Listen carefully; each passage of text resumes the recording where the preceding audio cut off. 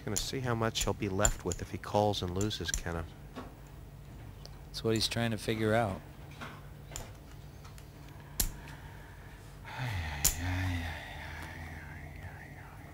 Well, his gut's telling him one thing. It's a really tough decision. Wow, another fantastic laydown by Dave Phinney. I'm telling you, that is a tough, tough laydown. His opponent didn't raise before the flop. He knows he probably doesn't have an ace. He's flopped second pair. You know, it's very reasonable to think that you have the best hand here, but his discipline, his experience told him that he was beat and he laid the hand down. Fantastic play by Dave Phinney.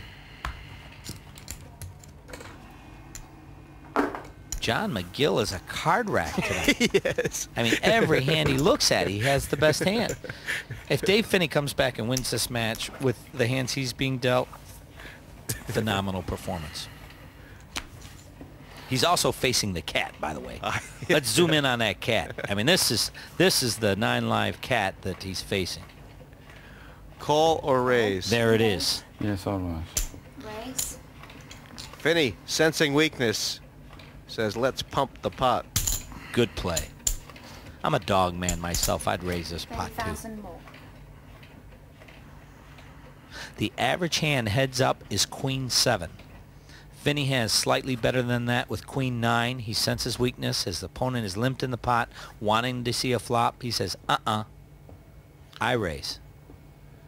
It's almost like McGill wants to call because he wants to bust Phinney in one hand. It's almost like Phinney has driven him to impatience. Isn't that funny? And he's the one that's winning all the hands, and he's the one that's impatient. He's the one with the chip lead, and he's the one that's impatient. This is the wonderful play that Dave Phinney has put on McGill. He's turned the tables. Jeez. Is McGill thinking of the re-raise? I think so. I think he is wearing him down. The hard part is it's going to be tough for Dave Phinney to take a stand with Queen 9.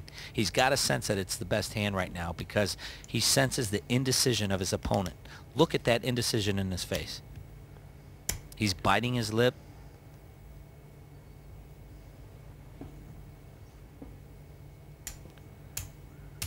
He's trying to make a call. Could be call, raise, or fold. He doesn't know what he's going to do at this point, believe me. Re-raise all in. There he goes. Wow. And he calls him quicker. Now that is setting a trap, my friends, with Queen High. Tremendous play by Dave Phinney, no matter what the result comes. What he I'm surprised he's shocked. Good look. I mean, he must not be aware of how he wears his opponents down. As we go to the flop, he's got to avoid a 4, a 5, or the clubs, Jesse. Yeah, I have to love this. Dave Phinney called like a shot. He knew what was going on. And he flops the queen. I love it when great plays are rewarded, and it's rewarded right here. McGill needs running clubs, running pairs. He's halfway there. And we know how lucky McGill is. He could sneak out a 5 or a 4 here. Oh, my goodness, what a nail in the coffin that would be as we go to the river. Oh, it's safe. It's an ace. And let me tell you, Dave Phinney doubles up, and we have a match on our hands. Dave Phinney called that re-raise all in so quick, Kenna. It was almost like he just knew automatically. I mean, he didn't even give time to for us to say what a good play it was. Exactly. Well, you know, he put chips in the pot, and he knew that he could not sacrifice, you know, that raise. Once he made that raise, he was committed to the pot, and McGill should have figured that out and got away from the hand. His only play was maybe to call before the flop and then make a play after the flop. Did he call because he knew he was ahead or because he couldn't afford to go behind? Either way, looking at the pie. Oh, Phinney has just added a piece of pie. Yeah. Ship over another piece of apple pie and add some a la mode as he closes the gap. Oh, an exciting heads-up match we have on hand here tonight. Don't get buying any long flying records. There's the ace. Does anything shake this Dave Phinney? He's unflappable. McGill with nothing, but he's going for the raise. Yep. Now this is going to be interesting how Finney plays this. Does he sense the frustration in his opponent enough I'm to... all in. Yes, he does. What a tremendous play by Dave Finney. Spring the trap. And he leaves McGill no out here. McGill can't call. How did he know? How did he know McGill didn't have a bigger ace? Okay, he senses weakness. You see, he senses the frustration in his opponent. All he has to do is look across. Tell me I'd have to have one of them boxes. He doesn't know, but you got to go. You got to play with heart. You got to play with instinct. You know, and he's just doing it in the subtle of ways, unlike my commentating, because I'm just so excited to watch this great play by Dave Finney. Well, McGill busy counting his chips. He's realizing it's been one-way traffic, and he can't figure out how this guy is beating him. It's slipping away. It's like a man that's holding onto a cliff with his fingernails, and he's starting to sweat. Sooner or later in poker, you'll see everything. And in this fast ram and jam 'em game of the modern poker world, Kenna, we're seeing something completely different. The subtleties of the game, and I got to tell you, Jesse, my wife hates when I use this term, but I told you so. I mean, this Dave Finney, this crafty veteran, is showing us, you know, some new facets of the game. Subtlety. You know, and it's just really exciting poker to watch, and it's a pleasure being here. I mean, McGill has to be talking to himself, saying, I got to do something, I got to do something. Should he change the game? Talking to himself. He's got 3 voices going inside his head, besides the one that Dave Finney's setting across the table. Yeah, he's got it. You know, at some point now, he's getting frustrated.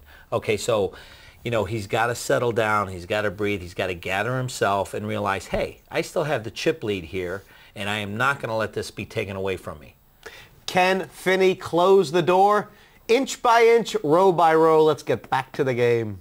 Everybody's come out with rebel. Still heads up, and Finney telling old rock and roll stories. You can see he's an old rocker, can't you? Yeah, he's talking about music, and it's very apropos because he's going to be singing his opponent a lullaby and putting him to sleep if things continue along this trend.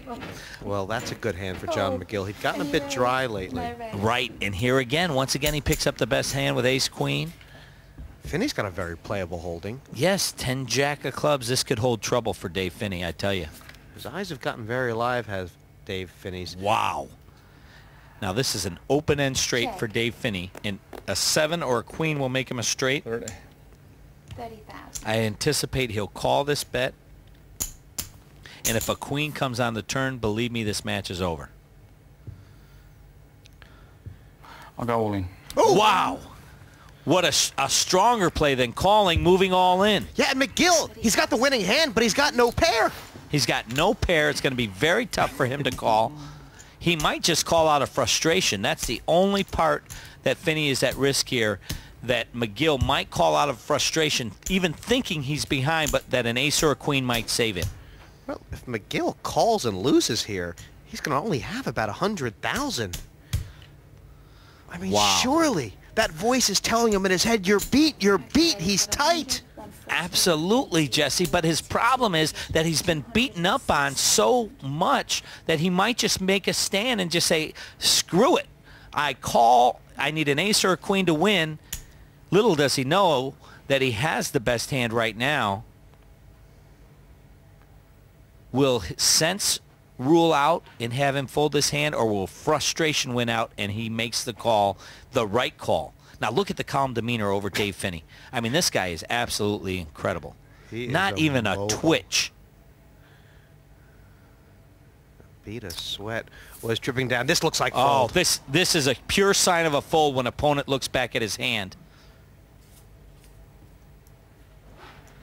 He's sweating. McGill might sense something. All of a sudden he senses something. He looks over at his opponent. He might be picking up on something. He doesn't. Finney gets away with it once again. He takes down the pot. Tremendous poker by Dave Finney. You know, that is the biggest move Finney has made, and he waited until there was some serious dosh in the pot. Incredible. You think this game doesn't take heart? Dave Finney just displayed it right there. The sleeping tiger, Dave Finney. woke up no and longer roared. crouching. Right. He's standing. Wanted you to call in. Yeah, you did. Oh.